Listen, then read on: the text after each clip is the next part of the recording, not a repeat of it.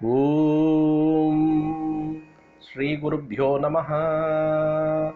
தென்னாருடைய பெரியவா போற்றி, எந்நாட்டவர்க்கும் இறைவா போற்றி. சர்வஜ்ஞா சர்வவ்யாபி பெரியவா சரணம். மாயப்பிறப்பருக்கும் மகா பெரியவாடி போற்றி. ஓம் ஸ்ரீ மகாமகணபதயே நமஹ. ஸ்ரீ சந்திரசேகராமிர்தம் அமிர்ததாரை 1196 தெய்வத்தின் குரல் 5ஆம் பாகம், அத்தியாயம் ஸ்ரீ சங்கர சரிதம். இதன் இன்றைய புதிய தலைப்பு நேர் சிஷ்யர்கள் தரும் சான்று. இதன் முதற்பகுதி. ஆச்சாரியாலை போற்றுவதற்கென்றே ஏற்படாமல் பொதுப்படையாக இருக்கப்பட்ட புராண இதிகாச கிரந்தங்களில் அவரை அவதார புருஷராக சொல்லியிருப்பதற்கு ஒரு விதமான முக்கியத்துவம் உண்டென்றால், அவரை நேரிலே பார்த்து நேரில் பழகி அவரோடு கூடவே இருந்த சிஷ்யர்களான மகான்கள் தங்களுடைய குருவை பற்றி என்ன சொல்லியிருக்கிறார்கள் என்பதற்கும் ஒரு தனியான மதிப்பு உண்டு. யாரையுமே வெளியுலகம் ஏதோ கொஞ்சம் தெரிந்து கொள்வதோடு சரி, லோகத்திற்கு தெரியும்படியாக ஒருத்தர் எப்படி தன்னை காட்டிக்கொள்கிறாரோ அதை வைத்துத்தான் வெளியுலகம் அவரை எடை போட முடியும். யாராயிருந்தாலும் லோகத்தின் பார்வையில் தங்களை நல்லவர் மாதிரியும் அறிவாளி மாதிரியும் தான் காட்டிக்கொள்வார்கள். ஆனால் வாஸ்தவத்தில் அவர்கள் அப்படி இருக்கிறார்களா, இல்லாவிட்டால் ஷோ பண்ணுகிறார்களா என்பது அவர்களுக்கு கூடவே இருந்து நன்றாக பழகி கொண்டிருப்பவர்களுக்குத்தான் தெரியும். தத்துவ சாஸ்திர புஸ்தகங்களை ஒருத்தர் பரம வேதாந்தமாக நல்ல முறையில் எழுதிவிடலாம்.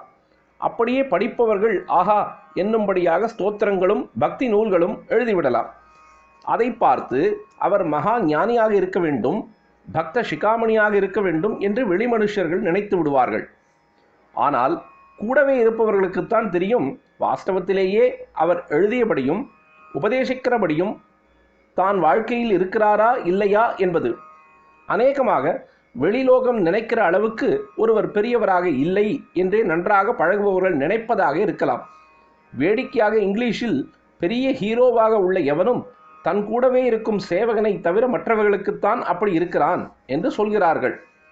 பின்குறிப்பு: no man is a hero to his wallet.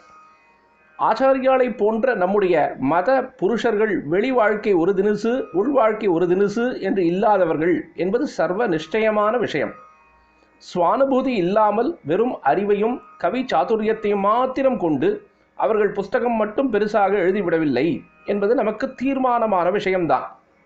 ஆனாலும் கூட அவர்கள் கூடவே வசித்து அத்தியந்தமாக இருந்தவர்கள் அவர்களை பற்றி என்ன சொல்லியிருக்கிறார்கள் என்று தெரிந்து கொள்வதில் நமக்கு ஒரு குதூகலம் இருக்கவே செய்கிறது. அதிலும் ஆச்சாரியாளின் பிரதான சிஷ்யர்களாக கூடவே வசித்த சுரேஸ்வராச்சாரியாள், பத்மபாதாச்சாரியாள், ஹஸ்தாமலகாச்சாரியாள், தோடகாச்சாரியாள் ஆகிய 4 பேரும் மகா பெரியவர்களாக ஞான சித்தி பெற்ற மகாத்மாக்களாக இருந்திருப்பதால் தினந்தோறும் ஆச்சாரியாலை பார்த்து பழகி கொண்டிருந்த இவர்கள் அவரை பற்றி என்ன சொல்லியிருக்கிறார்கள், குறிப்பாக அவரை ஈஸ்வராவதாரம் என்று சொல்லியிருக்கிறார்களா என்று தெரிந்து கொள்ளும் ஆர்வம் நமக்கு இருக்கிறது.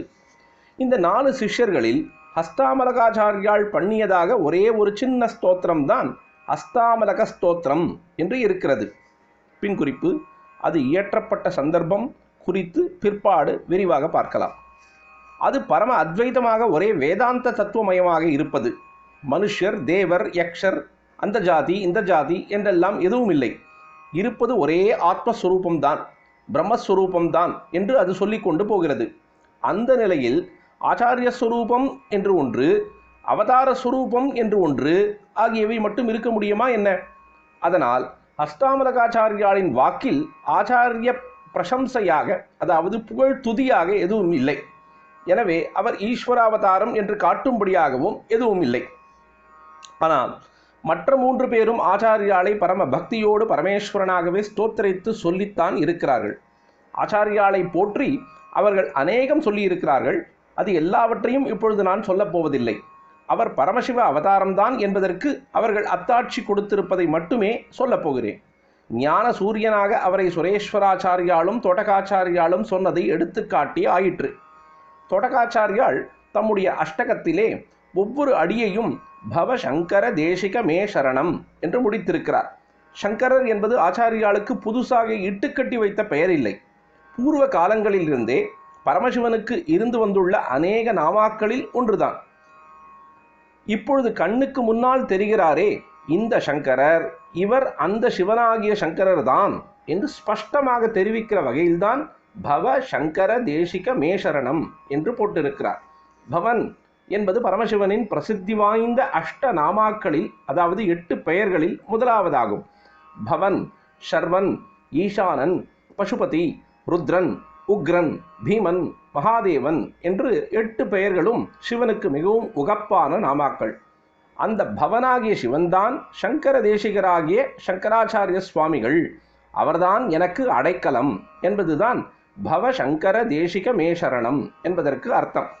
பவ என்பதை கிரியாபதமாக, அதாவது வினைச்சொல்லாக வைத்து கொண்டால் ஆகுக, இருக்குமாக, இருப்பாயாக என்று அர்த்தம். தீர்காயுஷ்மான் பவ, தீர்க்க சுமங்கலி பவ என்று சொல்லும் பொழுது இதுதான் அர்த்தம். ஆகையால் பவ என்பதற்கும் அப்படியும் கூட அர்த்தம் பண்ணலாம். ஆனால் தோட்டகாஷ்டகத்திலே 4வது ஸ்லோகத்திலே ஐயம் திரிபுக்கு இடமில்லாமல் பவ என்பதை சிவ என்ற அர்த்தத்திலேயே ஆச்சாரியாளுக்கு சூட்டுகிறார். பவ ஏவ பவான். பவான் என்றால் தாங்கள்.